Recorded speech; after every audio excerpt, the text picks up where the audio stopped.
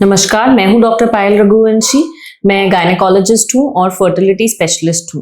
कई बार पेशेंट्स अपनी sonography report के साथ आते हैं और बताते हैं कि डॉक्टर हमें सोनोग्राफी में सिस्ट बताया है, तो वो बड़ा ही घबरा जाते हैं।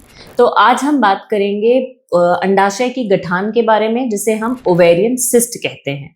ओवेरियन सिस्ट यानी पानी से भरे हुए किसी स्ट्रक्चर को सिस्ट कहा जाता है। पर ओवरी में यानी अंडाशय में कई प्रकार के सिस्ट पाए जाते हैं।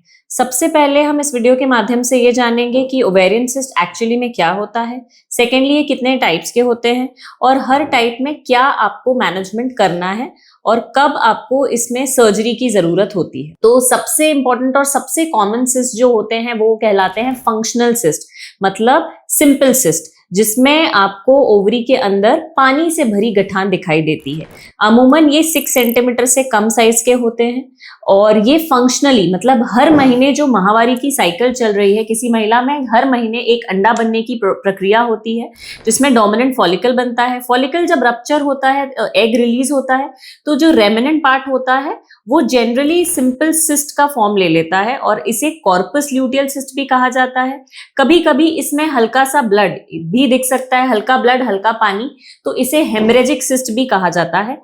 ये हेमरेजिक भी दिख सकता है। इसमें घबराने की कोई बात नहीं है। इसमें जो नॉर्मल महिला के अंदर हार्मोनल चेंजेस जो आपकी ओवरी में हो रहे हैं उसके कारण ये सिस्ट बनती हैं, और जब आपने उस समय पे सोनोग्राफी करवाई है तो वो सिस्ट आपको दिख रही है। तो कॉर्पस ल्यूटियम सिस्ट या सिंपल सिस्ट यदि है तो इसमें डरने की कोई बात नहीं है। इसका साइज यदि 6 सेंटीमीटर से कम है तो ये अपने आप जो चेंजेस हो रहे हैं हार्मोन के, उसमें अपने आप 2 से 3 महीने में ये रिजॉल्व हो जाती है। मोस्ट ऑफ द टाइम इसके लिए कोई ट्रीटमेंट की जरूरत नहीं होती है। फिर भी कभी कभी इसके लिए हार्मोनल पिल से आपके सिस्ट को रिजॉल्व कर दिया जा सकता है। दूसरी होती है एंडोमेट्रियोटिक सिस्ट यानी कि चॉकलेट सिस्ट। यदि ओवरीज में खून से भरी गठान दिखाई देती है तो इसे चॉकलेट सिस्ट या एंडोमेट्रियोसिस कहा जाता है। एंडोमेट्रियोसिस यानी कि जो बच्चादानी के अंदर एंडोमेट्रियम की लेयर है, यदि वो अंडाशय में भी ग्रो करने लगे तो जब जब माहवारी आती है उसमें भी खून इकट्ठा होता है और धीरे धीरे धीरे करके खून की गठान ओवरी में दिखने लग जाती है। क्योंकि इसमें खून से भरा हुआ गठान है, ये इसमें ब्राउन कलर का फ्लूइड होता है, तो इसे जनरली चॉकलेट सिस्ट कहा जाता है। चॉकलेट सिस्ट एंडोमेट्रियोसिस अपने आप में एक अलग टॉपिक है। हमने इसके बारे में एक वीडियो के माध्यम से ऑलरेडी समझाया हुआ है कि ये कैसे बनती है, इसका क्या ट्रीटमेंट किया जाता है।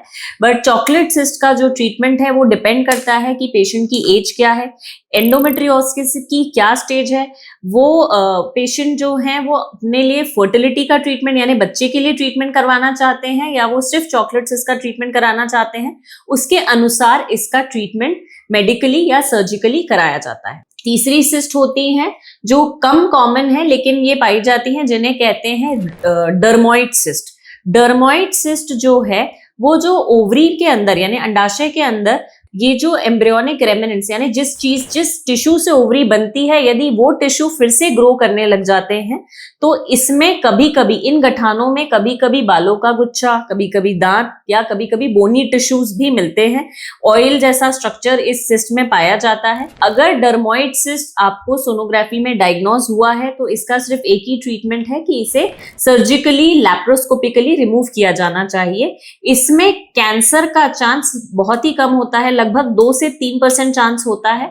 बट फिर भी क्योंकि डर्मोइड सिस्ट नेचुरल नहीं है, ये अपने आप नहीं घुल सकती हैं, तो इसका ट्रीटमेंट सिर्फ लैप्रोस्कोपिकली सर्जिकली से रिमूव करवाना ही है। फिर कुछ सिस्ट होते हैं जिन्हें कहा जाता है मैलिग्नेंट ओवेरियन ट्यूमर्स, यानी कुछ अंडाशय में कुछ सिस्ट ऐसे बनते हैं जो कि कैंसरस हो सकते हैं, कैंसरस होते हैं। ये रेयर होते हैं, लेकिन फिर भी यदि किसी महिला की उम्र ज्यादा है और उन्हें ऐसा कोई ट्यूमर ओवरी में सोनोग्राफी में दिख रहा है कि आगे फर्दर जांच जरूर की जानी चाहिए। जनरली इन ट्यूमर्स में हम एक जांच भेजते हैं जिसका एक हार्मोनल जांच भेजते हैं जिसका नाम होता है CA-125।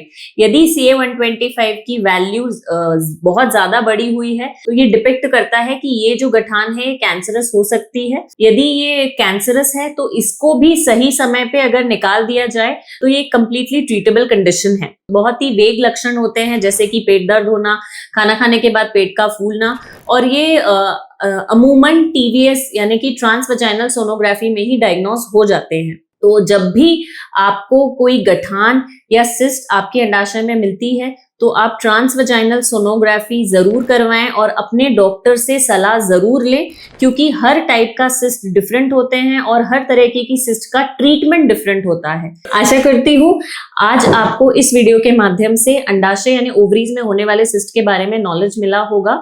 तो अगर यदि आपका इससे रिलेटेड कोई क्वेरी है या कमेंट है तो कमेंट बॉक्स में जरूर मेंशन करें। धन्यवाद।